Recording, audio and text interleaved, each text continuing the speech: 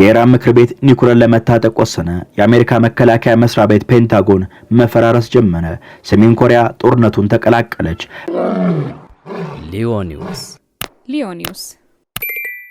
በዓለም የፖለቲካ መድረክ ላይ እጅግ አስፈሪና ሊታመን የማይችል አዲስ የታሪክ ምዕራፍ በደምና በብረት መጻፍ ተጀምሯል። በዚህ ምዕራፍ ላይ የኒውክሌር መሳሪያ ምላጮች የመሳበድላቸው እየሰፋ ነው የሚሉ ተንታኞች እየተሰሙ ነው። በመካከለኛው ምስራቅ ሰማይ ስር ለዓመታት አንዣቦ የነበረው የጦርነት ደመና አሁን ወደ ነበልባልነት ተቀይሮ አሜሪካ፣ እስራኤልና ኢራን የለየለትና ወደማይመለሱበት ግጭት አዘቅት ውስጥ ከቷቸዋል። በዚህ መሃል ኢራን የኒውክሌር ክንብኗን ለመግለጥ መወሰኗ ተሰምቷል። በመካከለኛው ምስራቅ ሰማይ ስር ለዘመናት ታምቆ የኖረው ቁጣ ፈንድቷል። ዓለምም እስትንፋሷን ውጣ የሆነውን እያየች ነው። የኢራን ምክር ቤት አባላት የሰጡት ድንገተኛ ውሳኔ ደግሞ ነገሮችን ይበልጥ የሚያቀጣጥል ነው።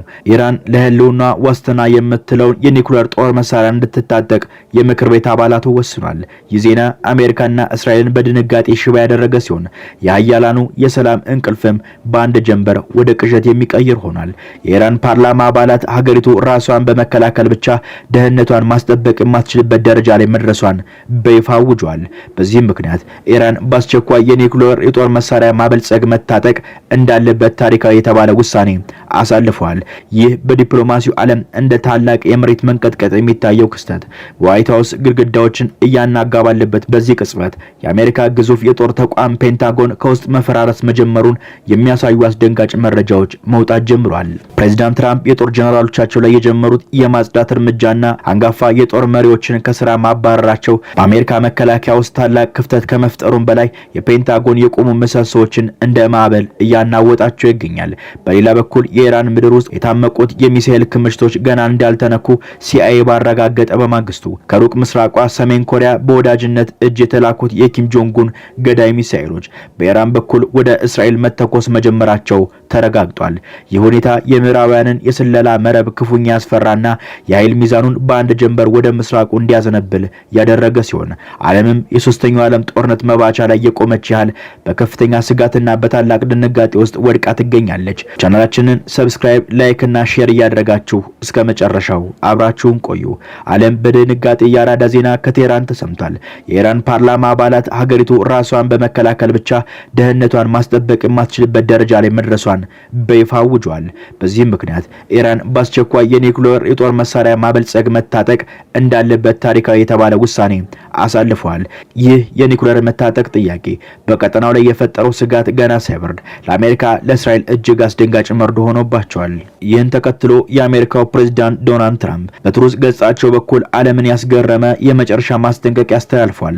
ትራምፕ ለኢራን የ48 ሰዓት ገደብ የሰጡ ሲሆን በዚህ አጭር ጊዜ ውስጥ የሆርሙዝ የባህር ወሽመጥ ክፍት ካላደረገችና ለድርድር ካልቀረበች የገሃነም እሳት በላያቸው ላይ ይዘንብባቸዋል ሲሉ እጅግ በሚያስፈራ ቃላት ዝተዋል። ፕሬዝዳንቱ ይህን ሲሉ ጊዜው እያለቀ ነው፣ ለሁለት ቀናት በኋላ ሁሉንም ሲኦል አወርድባቸዋል በማለት ቁጣቸውን ገልጸው ነበር። ይሁን እንጂ የቴህራን ምላሽ ያልተጠበቀና እጅግ ንቀት የተሞላበት ነበር።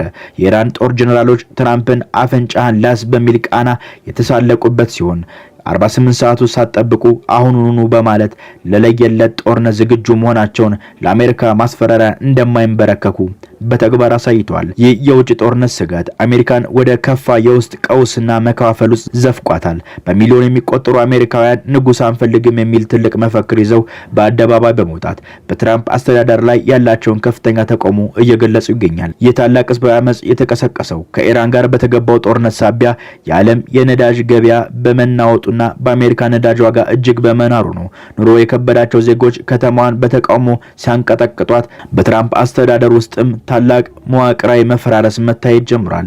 ፕሬዝዳንቱ ከጦር መሪዎቻቸው ጋር መስማማት ባለመቻላቸው ከፍተኛ የጦር ጀነራሎቻቸው ማባረር መጀመራቸው ግዙፉ የፔንታጎን መዋቅር ለሁለት ተከፍሏል። በጦርነቱ ግንባር 7 የአሜሪካ ጄቶች መመታታቸውና ግዙፉ ጦር መርከባቸው ጉዳት ደርሶበት መውደቁ የጦር ሰራዊቱንና የሴኔቱ መካከል ከፍተኛ ለመተማመን የፈጠረ ሲሆን ትራምፕ ግን ይህን ሁሉ ህዝባዊ ማዕበል የጥቂቶች ቀልድ ነው፣ አሜሪካንን አይወክሉም በማለት ለማብጠልጠል ሞክሯል። በዚህ ወታደራዊና ፖለቲካዊ ምስቅልቅል መሃል ነው ኢራን ከሰሜን ኮሪያ ያገኘችውን ወታደራዊ አቅም በመተግበር ማሳየት የጀመረችው። ፕሮፌሰር ብሩክ ብሩስ ፔክቶቭ ለፎክስ ኒውስ እንደገለጹት በዲዮጎ ጋርሺያ በሚገኘው የአሜሪካና የእንግሊዝ የጋራ ወታደራዊ ካምፕ በሁለት ብላስቲክ ሚሳኤሎች ስትመታ የተጠቀመችው ከሰሜን ኮሪያ የገዛቻቸውን የሙሱዳን ሚሳኤሎችን ነው። ይህ ጥቃት የተፈጸመው አሜሪካውያን የጠፋውን ፓይለታቸውን ፍለጋ ላይ በነበሩበት ወቅት ሲሆን ኢራን እነዚህን መሳሪያዎች ገና በ2005 ጀምሮ ስታከማች መቆየቷን ተረጋግጧል። ሁኔታው የከበዳቸው ትራምፕ አጋሮቻቸው በጦርነት ወቅት እንዳልረዷቸው በመጥቀስ አሜሪካ ከኔቶ ወታደራዊ ጥምረት በመውጣትና ወረቀት አንበሳ ያሉትን ስምምነት ለመፈረም እያሰቡ መሆኑን በይፋ አረጋግጧል።